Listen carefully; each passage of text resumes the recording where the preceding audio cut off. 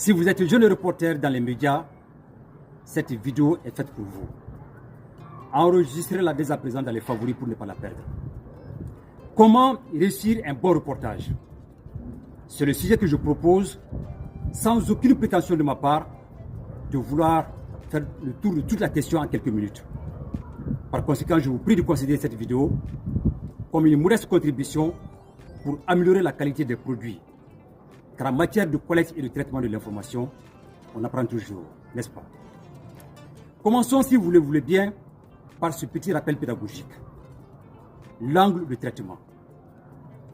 L'angle de traitement est le fil conducteur du reportage.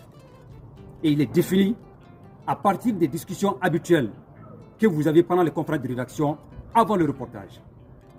Une fois dégagé, l'angle de traitement permet de choisir le genre journalistique, interview, compte rendu, portrait, etc. Illustrons tout cela à partir d'un exemple.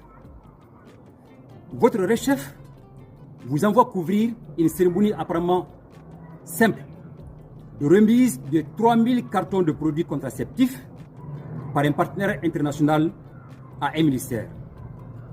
Coût total des produits, 200 millions de francs CFA. Une fois arrivé sur le lieu, vous vous installez directement en salle et vous suivez le déroulé de la cérémonie. Et après, vous collectez les discours. Et je dis en passant, tout n'est pas dit dans un discours. Et de retour à la rédaction, vous écrivez vos articles.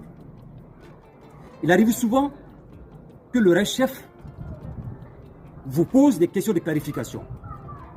À ce niveau, on a l'habitude d'entendre des reporters dire « je ne sais pas » ou « cet aspect n'a pas été évoqué à la cérémonie ».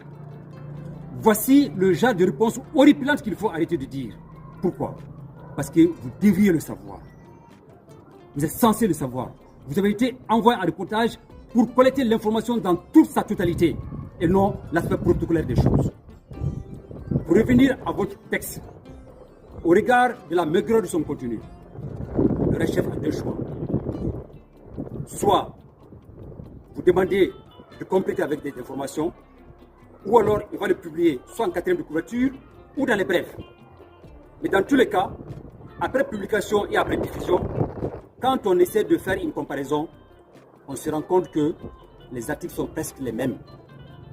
Il y a une uniformisation parce que la plupart des mots utilisés viennent par exemple du contenu des discours.